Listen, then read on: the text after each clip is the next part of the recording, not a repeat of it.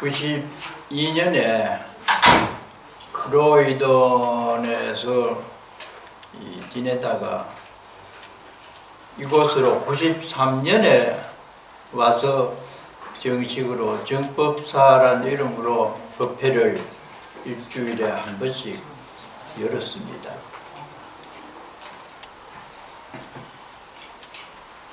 그래서 지금 이제 30년 됐는데요. 일주일마다 30년 동안 법회를 했으니까 1년이 52주니까 전체적으로 1500번 법회를 연 결과가 되었어요. 그래서 30년이라고 하는 세월에 일주일이라고 하는 마디가 1500번 생겨서 지금의 정법사가 형성이 됐습니다. 우리들이 인생을 살아가는데도 마디가 있습니다. 청소년기가 있고 청년 여러 시기를 거치면서 병도 앓고 결혼도 하고 사업도 하게 되는 여러 유형의 마디가 지금의 여러분과 함께 이루어져 있는 것이나 30년 동안에 1500여 회 이상의 법회가 이루어져서 오늘의 정법사가 있는 것이나 대동소이합니다. 그런 과정에서 마디가 생깁니다.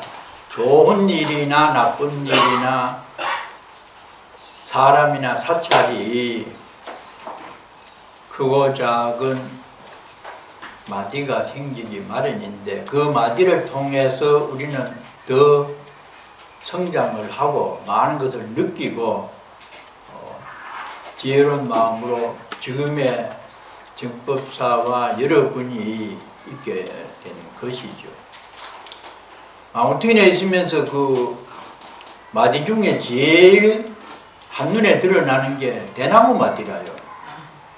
일반 저런 나무들도 마디가 있어 생기고 그 나이테가 안에 생기지만은 밖에서 한눈에 볼 수 있는 게 대나무 마디라. 그래서 대나무 절자 마디를 표현하는 한자가 대죽 밑에 있습니다. 대죽이 위에 있고 그 다음에 신랑이라는 낭자가 어우러져서 마디 절자입니다. 한자는 표임자이기 때문에 글자에 뜻이 담겨져 있어요. 마디. 대나무 마디를 보면서 인생이 살아온 어떤 그때의 그 고비를 마디와 비교를 할 수가 있어요. 그런데 희한하게도 대나무 마디를 자세히 보니까요, 참 신기한 게 어릴 때는 마디의 간격이 짧아요. 어린애들도 오늘도 100일맞이 떡도 고향을 하고 이랬는데 어릴 때는 할머니나 어머니가 많이 돌봐줘야 되는 것이 대나무 마디가 간격이 좁게 아주 짧게 이렇게 생겨가지고 키가 클수록 마디의 간격이 일정하게 더 커져요. 지탱할 수 있는 힘이 있기 때문에 그렇죠. 그래서 우리들도 살아가는 과정에서 그 마디를 잘 활용을 하면은 더 큰 마디로서 성숙을 할 수 있는 반면에 좌절을 한다든지 거기에 휘둘려서 내 어떤 역량을 발휘하지 못하게 되는 마디를 만들면은 대나무가 썩든지 부러지든지 넘어지든지 해요. 비바람에. 그래서 이 정법사 마디가 1500 이상의 마디가 작은 게 생겼고 그 중에서 10년 단위로 우리가 행사를 해오고 또 25년도 했습니다만은 11월 26일이 30년 마디가 됐어요. 그래서 참 여러분들께서 1500여 회 이상의 법회에 참여해서 법문도 듣고 부처님께 절도하고 시주를 많이 함으로써 오늘의 정법사가 된 어떤 모습을 뒤돌아보고 또 우리의 삶도 이 정법사의 그 연역과 비슷하기 때문에 좀 더 밝고 희망 있는 삶으로 살려면은 그 형성되는 마디를 잘 활용을 해야 된다. 그래서 지난번에도 말씀을 드렸습니다만은 원래 그 크게 보면은 세 마디 10년 단위로 보았을 때는 이 세 마디가 되는 큰 어떤 행사에 한국에서 아마 12명 이상 성마 스님을 비롯한 비구니 스님도 한 번 온다고 이래서 남녀 신도가 10여 명 이상 참여를 하고 그 중에서도 이 맑은 소리라고 하는 간접적으로 많이 도와준 출판사 사장하고 조병할 박사라고 하는 아주 훌륭한 불교 박사가 같이 옵니다. 그래서 그날에 그분이 중국에 있으면서 굉장히 그 티베트 불교와 중국 불교를 동시에 이 박사학위를 받을 정도로 공부를 많이 해서 그분의 특강을 이 티베트 불교의 중심 사상에 대해서 특강을 그날 하기로 했고 또 10시쯤에는 그 대광명 보살이 2년 동안 심혈을 기울여서 그린 그림 전시회를 이 문화원에서 할 생각이고 또 스리랑카나 월남 합창단들이 와서 이 불교 음악 노래를 하는 이 세 가지로 크게 중심을 잡고 30년 동안 사진 전시회를 한 20점 모아서 81년도부터 원래는 서류적으로는 이 81년도에 달마가야 소사이티라고 하는 것을 신청을 했는데 사찰로서는 84년부터 아마 시작이 되고 정법사는 93년부터 이렇게 정법사라는 이름으로 포교를 해왔습니다. 그래서 그날 상당히 뜻깊은 날이고 요새는 뭐 물품이 반입이 금지됐다는 말도 있는데 산나물 비빔밥을 하려고 질이 좋은 산나물하고 버섯 등도 이제 버섯은 왔는데 산나물도 어디 저래서 여기에서 구하기 힘든 것은 산채 정식이니까 한 100여 명 정도 준비하고 있습니다. 그래서 주변에 있는 분들도 많이 와서 그림을 80점을 준비했기 때문에 그 자기에게 맞는 그림을 선착순으로 선호를 해야 돼요. 늦게 오면은 그걸 귀중한 그 그림을 그냥 가져가면 되기 때문에 빨리 와서 이 딱지를 붙여서 집에 갖다 놓으면 상당한 좋은 기운이 있을 그런 그림입니다. 그래서 참 마디라고 하는 그런 것을 생각을 해 보면서 불교 자체의 교리에서도 마디가 있어요.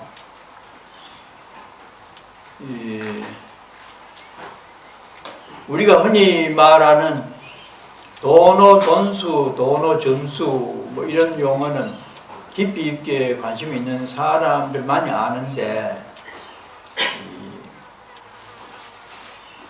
도노 돈수 이게 몰록이라고 하는 이게 굉장히 좋은 한글 언제 어떤 분이 만드는지는 몰라도 한꺼번에 가는 한자를 몰록이라고 이렇게 우리는 강원에서 배워서 한꺼번에 단번에 돈오 한꺼번에 남김없이 깨닫는 것을 돈오 돈수락해요. 뭘로 깨닫고 한꺼번에 닦아버리는 것이 끝나는 것을. 반면에 돈오 점수, 이것은 깨달은 것을 바탕으로 점점 닦아서 차제적으로 올라가는, 순차적으로 공부를 하는 그 방법을 돈오 점수락해요. 그래서 이 문제 때문에 상당히 중국에서도 그렇고 한국에서도 시비가 많이 있는 내용입니다. 굉장히 중요한 포인트고. 그런데 내가 해인사에서 1년을 강의를 할 때에 그때 성철 스님이 계셨는데, 성철 스님은 돈수를 주장해요. 한번 크게 깨달으면 다음에 더 깨달을 것이 없어야 되지, 다음에 깨달음이 있어야 되는 건 온전한 게 아니다. 그것은 참선을 하는 사람의 입장에서 주장이라요. 참선도 중국에서 이 6파의 참선을 하는 팀이 달라요. 지역에 따라서나 어떤 선천적인 그런 체력적인 거나 여기에 따라서 다른데, 성철 스님이 주장하는 돈수는 임재선이라고 하는 특수한 종파에서 주장하는 게 돈수라요. 거기서는 공부를 계속 해가지고 한번 크게 깨달으면 더 깨달을 게 없어야 되지, 다음에 깨달음이 남아있으면 아직 과정이 있기 때문에 온전하지 못하다고 하는, 참선하는 입장에서 주장하는 게 돈수고, 돈오점수는 경전을 익혀서 교학을 연구를 하는 입장에서는 돈오점수를 주장을 했어요. 그런데 우리나라에서 신라 때에 도의국사가 중국 당나라에 가서 받아온 법은 돈수법을 받아왔어요. 임재종 사상. 그래서 그게 늘 문제가 되었는데, 고려 때 보조국사라고 하는 큰 도인이 있었는데, 이분이 지은 절여라고 하는 책이 있어요. 성가대학에서 2학년 때 배우는 교과목 중에 하나인데, 절여, 바디절자, 아주 중요한 핵심 내용만 골라서 뽑은 것을 책으로 만들었는데, 그 내용이 성철 스님이 주장하는 돈수 사상이 아니고 돈오점수를 주장하는, 학문적인 방향에서 주장하는 내용이 중심이 되어 있어요. 그래서 통도사나 송광사나 불국사나 법주사에서는 절여 공부를 하게 돼 있어가지고 그래 했는데, 해인사만은 절여라고 하는 보조스님 지은 것을 성철 스님 명령으로 못 가르치게 했어요. 그러니까 내가 1년 동안에 4가지를 가르쳤는데, 절여가 없어지니까 다른 책에 대해서 집중적으로 할 수 있는 그런 게 됐는데, 그것이 큰 화근이 되었어요. 종단에서. 다른 성가대학에서는 보조 스님이 지은 절여를 다 공부를 하는데, 왜 해인사에서는 성철 스님 단독 명령으로 조계종에서 하는 교과목에 대해서 절여를 왜 하지 말라, 가르치지 말라 하느냐? 그 성철 스님은, 보조 스님은 자기 뜻에 반하는 돈오점수 사상을 주장했기 때문에 여기서는 가르치지 마라! 왜 가르쳐? 과학을 들고 이러니 성철 스님 명예를 그만 쩔쩔매요. 얼마나 권위가 센지. 그런데 이제 이종익 교수라고 하는 동대에 유명한 교수가 있었는데, 이 사람이 조계종의 대표적인 신라때 종조라고 하는 최고의 스님을 이종익 박사는 보조국사가 되어야 된다고 주장을 하는 일이 있었어요. 그런데 조계종 종언에는 도의국사로 되어 있어요.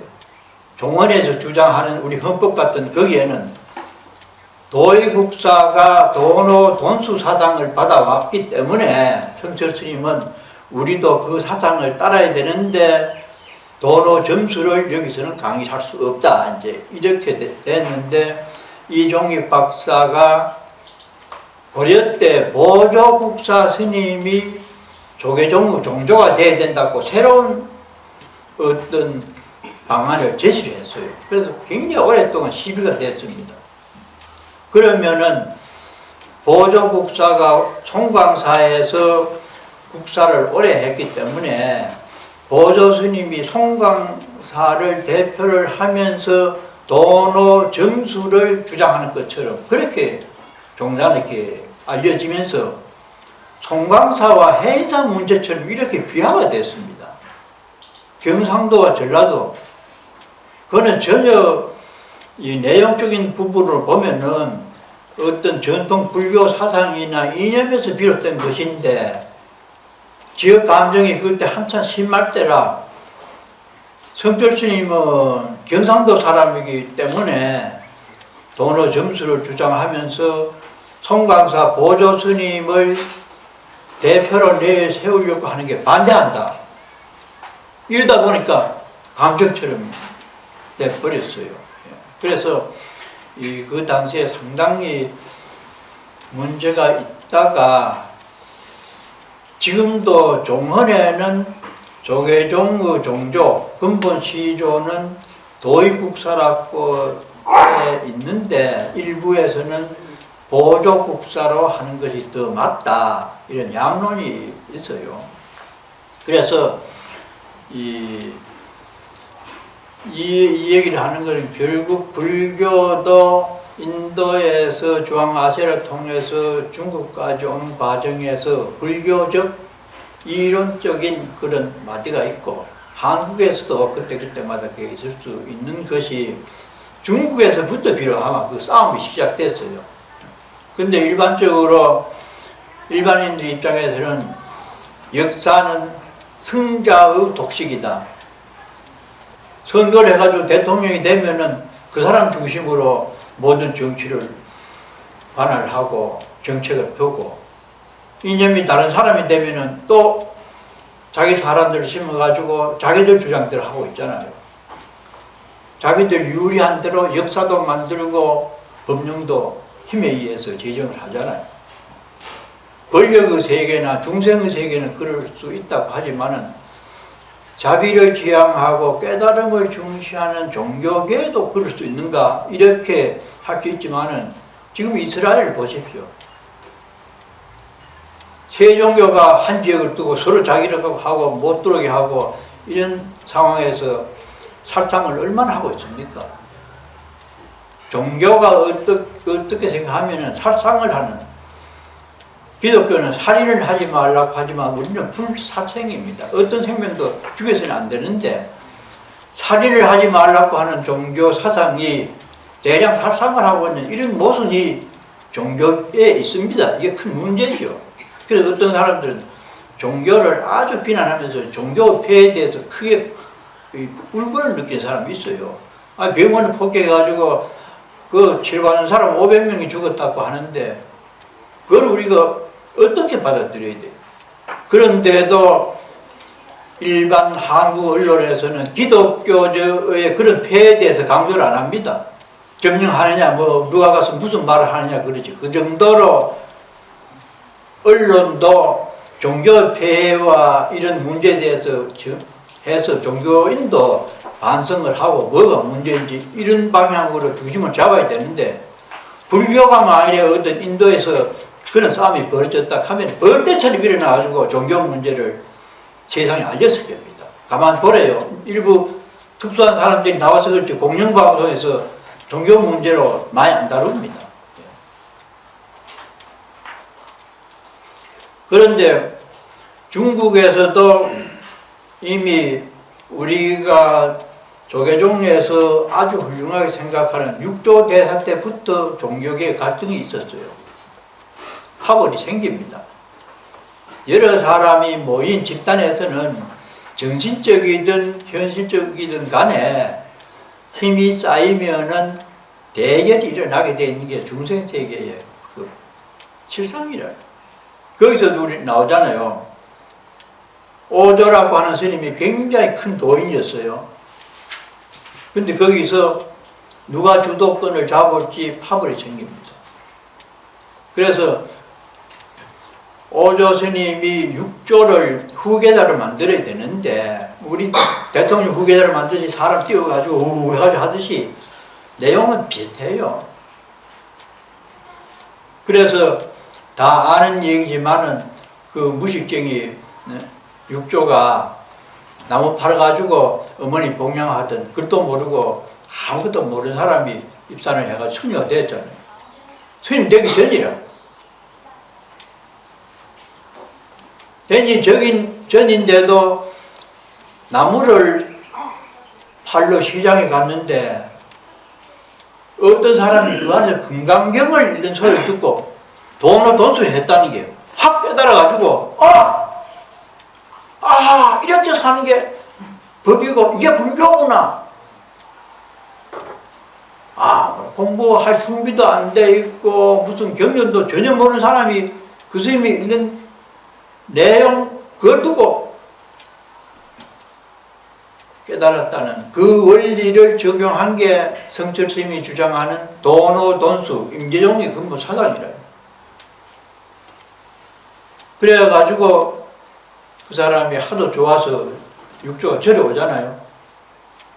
자, 남방에 사는 사람, 아주 무식한 사람, 빈곤한 데 사는 사람이라고 중국에서도 과시도 하고 그러다 보니까 방아 찍어라. 힘든 거. 여기 아마 디딜방아 찍어본 사람 몇 분 없을 거야. 최진환 보살님 디딜방아 찍어봤어요? 디딜방아? 보기를 봤습니까? 여기 우리 강처사님. 디딜방아를 찍으려면 저 머리가 무겁기 때문에 다리를 2개 만들어가지고 우리 어릴 때 2사람이 한 다리에 올라가지고 이래야 이게 내려와가지고 이게 찧어져요. 그걸 일을 시킵니다. 그런데 이 육조 스님이 이미 몇 번 대화를 나눠보니까 이거 완전히 물질의 공부도 한 적 없는데 정신적인 것은 돈수한 상태라. 이게 보통 물건이 아니구나. 그래서 이 사람을 후계자로 자기 생각에는 분명히 무식죄이지만은 정신적인 돈수를 깨달았기 때문에 이 사람은 후계자로 해야 되는데 그래 놓으면 난리가 날 것 같은 게라. 왜냐? 후계자로 하면 거론이 되면서 누구누구 거론된다고 우리 뭐 선거할 때도 그러잖아요. 그러는데 그 중에 신수라고 하는 사람이 최고로 공부를 많이 했다고 틀림없이 신수대사가 육조를 읽게라고 전부 여론이 돌고 있는데 이 사람을 능력으로 보면은 이 사람을 해야 되는데 분위기로 봐서는 큰일 났다. 그래가지고 육조대사가 이 하나 그 어떤 문제 해결하기 위해서 내가 앞으로 내 후대를 그 결정해야 되는데 지금까지 공부한 것을 테스트하기 위해서 그 송을 지어봐라. 공부한 그 문제 이제 글로 나타내 봐라. 그래 신수가 다 벽에다 이제 방 붙이듯이 글을 자기 생각을 붙여갖다 붙여놓습니다. 그 내용이 어떤 물체에 먼지가 붙으면은 오늘 또 닦아내고 또 내일 붙어서 내일 닦아내고 도노 점수 사당이라 우리가 부실하지만은 들은 걸로 해서 살아가는데도 조금씩 느끼면서 이런 일도 당하고 저런 걸 다 하고 경련도 느끼다 보니까 차츰 이렇게 살아가는 것과 같이 불교 공부도 조금 이렇게 하는 게 옳지. 돈을 돈자고 단박 깨달아가지고 그러면 좋지만은 그럴 사람이 몇 되느냐. 그러니까 논리적으로도 도노 점수 사상이 맞다고 인정하는 입장에서 이 신수는 거울에 먼지가 끼면은 닦아내고 또 닦아내고 또 닦아내야 된다 이런 개성을 딱 붙였어요. 그러니까 이제 여론이 이 사람이 틀림없이 육조가 될 것이다 생각하니까 그 추종하는 세력들이 딱 좋은 글이다고 막 뺏겨 쓰고 막 외우고 막 난리나. 그래가지고 뭘 외우고 다 반을 찢는 그 해능이 봤을 때 뭘 외우고 뭐 칭찬하고 당신들 그거 무슨 말이요? 하니까 지금 신수대다라는 훌륭한 분이 있는데 그분이 공부한 경지를 나타내가지고 이건 육조 대깨라고 그걸 외우고 다닌다. 그래 가만 말을 들어보더니 나는 뭐 글도 잘 모르고 이러지만은 내가 할 말이 하나 있는데 이러는 게 그 당신 어떻게 뭐 공부도 안 하고 이제 중도 안 된 사람이 할 말은 무슨 치아라 하고 그래도 내 말 좀 들어보이소. 자꾸 저러는 게라. 하도 그러니까 그래 니도 한번 그 벽에 써붙여봐라. 써붙인데 보니까 도라는 것은 원래 닦을 것도 없다. 부처니 조산이 중생이니 본 바탕에서 없는데 뭐를 닦는다고 하느냐 이런 식이라. 그 돈수 한 번 깨달으면 더 이상 닦을 게 없다고 하는 내용이라. 그래가지고 사람들도 그걸 보더니만 뭐 웅숭웅숭하고 마시고 그게 보통 아니네 뭐 이래가지고 오조 홍인대사가 슬 나와가지고 그걸 묶고 지워버립니다. 만약에 대비돼가지고 시비가 일어날까봐. 그래서 그 뒤에 발을 찢는 그 육조를 보고 뒤에 가서 뒤 덩어리를 말없이 세 번을 쳐요. 새벽 3시쯤 돼 뒷문으로 들어오라. 그 쌓이는 줄 육조가 말없이 알아차렸어요. 뒷문으로 3시경에 들어오라. 그 이심전심 도가 통하면은 이심전심이 될 정도가 되어가지고 그래 내려오는 제자지 뭐 말로 대답을 그거는 다음에 또 더 공부를 할 수 있으면 언제든지 안타니까. 그래서 3시에 들어가니까 불 켜놓으면 안 되니까 밖으로 불이 안 보이도록 장막을 쳐놓고 병풍을 쳐놓고 거기서 금강경을 읽어주면서 이발을 전수를 합니다. 내 법을 내 권한을 전수라도 우리 뭐 옥센이 머리 옛날에는 뭐 전해주는 게 있잖아요. 지금은 아마 당선증이 뭐 그렇지만 그때는 가사하고 오조가 쓰던 바루를 전해주면은 그것이 내 법을 이은 육조라고 하는 상징성이다. 그래 벗어주면서 갖고 빨리 남쪽으로 달아나라. 안 그러면은 큰 사고가 나서 죽인다 살인이 일어날 거거든. 그래 보니까 빨리 도망을 가거라. 그래서 이제 제자를 인정하고 가사하고 박을 전해줍니다. 도망갔어요. 지금 고향에 오조 스님이 고향 안 나와. 괜찮은가? 스님 고향 안 나오십니까? 바루가 없네. 바루를 갖고 가. 이게 문제 생겼구나. 신수를 추종하던 도노 점수를 주장하고 따르던 사람들이 이게 무슨 일인가? 그게 섞으락하고 밤새고 막 기운 좋은 데 달려가지고 잡으려고. 그러니까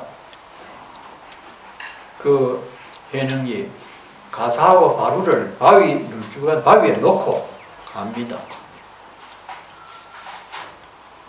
그 도명이 와서 이제 됐다. 이발만 있으면은 이거는 그 신수한테 전해주면은 제자가 될 수 있으니까. 그런데 그 약간 이거는 이제 뭐 설화적으로 쓴 것인데 바루를 들려고 하니까 바루가 붙어가지고 안 떨어졌대요. 그 기운 좋은 사람이 거기서 깜짝 도명이 놀래가지고 이게 무슨 보통 일이 아니구나. 완력으로 해서 진리를 탈취를 해서는 안 된다고 하는 생각이 들면서 겁이 났어요. 그래가지고 해능을 도와주시고 와서 뭐 내가 잘못했습니다. 광을 지르니까 그때에 돌아옵니다. 도망가던 해능이. 그 꿀 앉아가지고 도명이 항복을 하면서 행자님 제가 잘못했습니다. 진리를 힘으로 탈취할 수 없다는 것을 이제 깨닫고 이 허물에 대해서 한 말씀 해 주십시오. 울면서 하소연합니다. 그때에 그 해능이 불사선 불사악하라. 선도 생각하지 말고 악도 생각하지 마라.